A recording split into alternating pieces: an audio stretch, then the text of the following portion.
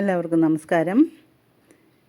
2026 April 14 Vishu എത്തുന്നതോടുകൂടി ഭരണി നക്ഷത്ര ജാതകർക്ക് വിഷുഫലം എങ്ങനെയുണ്ട് എന്ന് നമുക്കൊന്ന് നോക്കാം.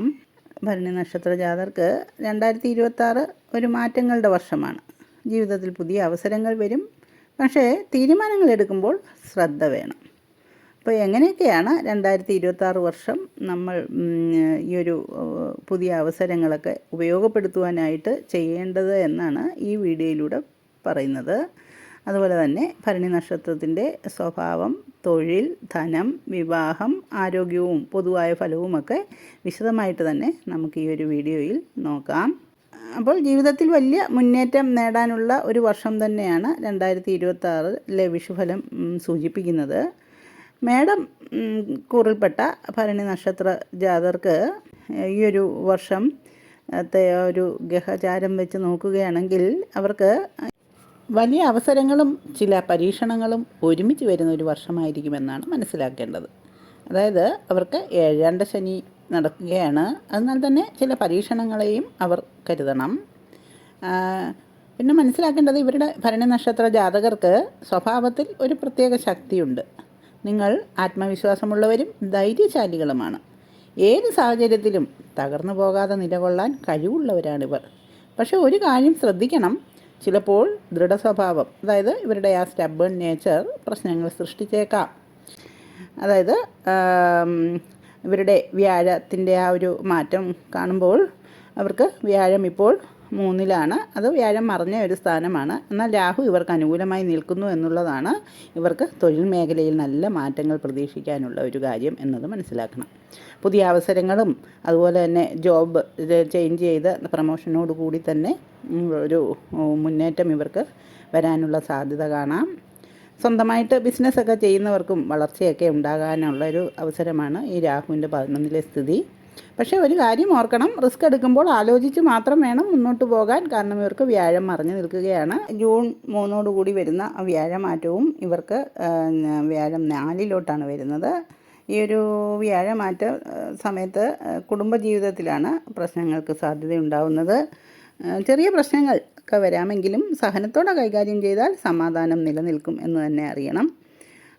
വ്യാഴം ഇവരുടെ ഗ്രഹനിലയിലുമൊക്കെ നല്ല സ്ഥാനത്താണെങ്കിൽ ഈ ഒരു വ്യാഴമാറ്റം കൂടുതലൊന്നും ബാധിക്കില്ല. എന്നിരുന്നാലും ഈ വ്യാഴപ്രീതിയുടെ ആവശ്യം ഇവിടെ കൂടുതൽ പ്രാധാന്യം അർഹിക്കുന്നു. ശനിയുടെ 7ാം ശനിയുടെ ദോഷവുമുണ്ട്.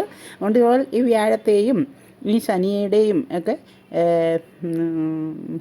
ഒക്കെ ദോഷങ്ങൾക്ക് പരിഹാരം കണ്ടുകൊണ്ട് വേണം ഇവർ എല്ലാ കാര്യത്തിനും മുൻപോട്ട് പോകുവാൻ. അതായത് വ്യാഴദോഷം മാറ്റുവാനായിട്ട് മഹാവിഷ്ണു ക്ഷേത്രങ്ങളിൽ ദർശനം നടത്തുകയും അതുപോലെ ശനിദോഷം മാറ്റുവാനായിട്ട് ശാസ്താ ക്ഷേത്രങ്ങളിലോ ഹനുമത് ക്ഷേത്രങ്ങളിലോ ദർശനം നടത്തുകയും വേണ്ട വഴിപാടുകളുമൊക്കെ ചെയ്യുന്നത് നന്നായിരിക്കും.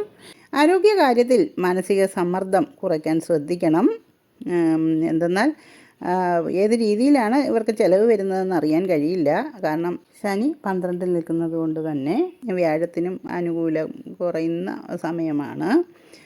പിന്നെ വരുന്ന വ്യാഴമാറ്റം ഇവർക്ക് വളരെ അനുകൂലമായിരിക്കും. അപ്പോൾ സർവ്വ കാര്യങ്ങൾക്കും അനുകൂലമായ ഒരു സമയം തന്നെയാണ്.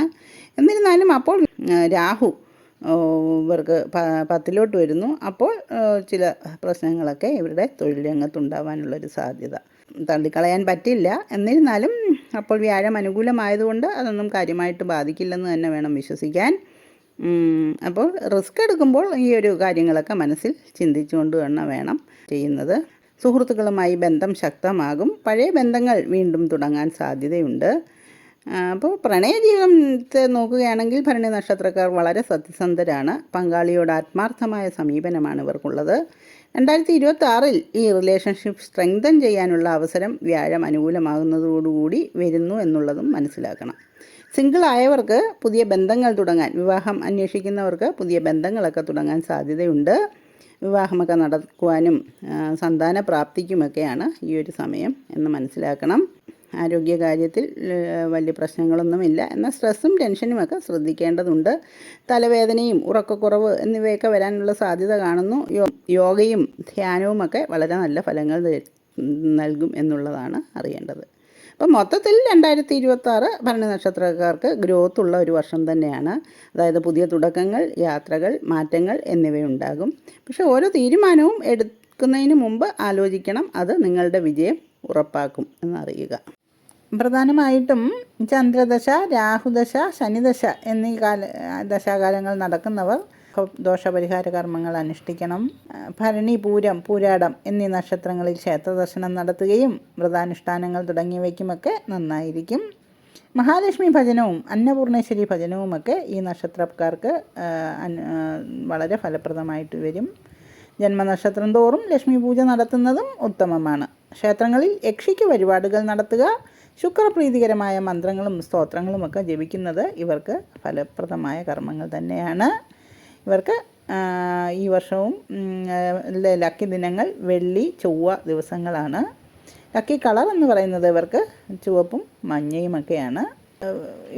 ഇവരുടെ നക്ഷത്ര ദേവത യമനാണ്. അതുകൊണ്ട് തന്നെ നക്ഷത്ര ദേവതയെ പൂജിക്കുന്നത് ഓം യമായ നമ എന്ന മന്ത്രങ്ങളുമൊക്കെ ജപിക്കുന്നത് ഏറ്റവും ഉത്തമമായിരിക്കും. ഇവർ കുജപ്രീതികരമായ കർമ്മങ്ങൾ ചെയ്യുന്നത് നന്നായിരിക്കും. അതായത് അവർ ഭദ്രകാളിയുമായിട്ട് ബന്ധം കൽപ്പിക്കപ്പെടുന്നതിനാൽ ഭദ്രകാളി ഭജനം ചില ആചാര്യന്മാർ നിർദ്ദേശിക്കാറുമുണ്ട്.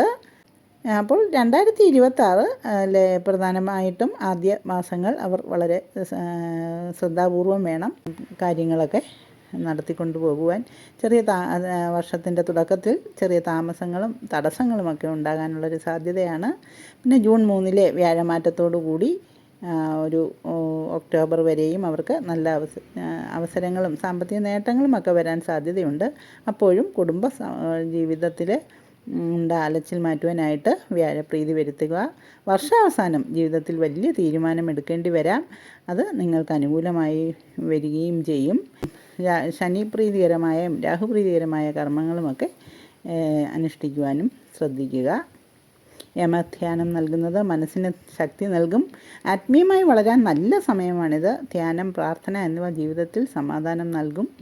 അപ്പോൾ ഈ വർഷം ആവേശത്തിൽ തീരുമാനങ്ങൾ എടുക്കരുത്. അനാവശ്യ ചെലവുകൾ ഒഴിവാക്കുക. മറ്റുള്ളവരുടെ കാര്യത്തിൽ അധികം ഇടപെടാതെ ഒക്കെ ജീവിക്കുകയാണെങ്കിൽ ഈ വർഷം ജീവിതത്തിൽ കൂടുതൽ ശാന്തി ലഭിക്കും എന്ന് തന്നെ അറിയണം. ജാതകത്തിൽ ഇപ്പോൾ നടക്കുന്ന ദശാനാഥനെയും അപഹാരനാഥനെയും ഒക്കെ മനസ്സിലാക്കി വേണ്ട വഴിപാടുകൾ നടത്തുകയും കുടുംബക്ഷേത്രത്തിൽ ദർശനം നടത്തി വഴിപാടുകൾ നടത്തുകയും പിതൃപ്രീതികരമായ കർമ്മങ്ങൾ നടത്തുകയും ഒക്കെ ചെയ്യുക വഴി 2026 വിഷു മുതലുള്ള ഒരു വർഷകാലം നിങ്ങൾക്ക് ഏറ്റവും അനുയോജ്യമായ, ഏറ്റവും നേട്ടങ്ങൾ നൽകുന്ന ഒരു വർഷം തന്നെയായിരിക്കും.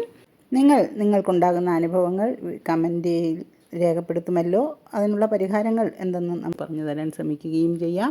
ജ്യോതിഷ സംബന്ധമായ നിങ്ങളുടെ സംശയങ്ങൾക്ക് എൻ്റെ വാട്സാപ്പിൽ ബന്ധപ്പെടാവുന്നതാണ്. എല്ലാവർക്കും എൻ്റെ വിഷു ആശംസകൾ.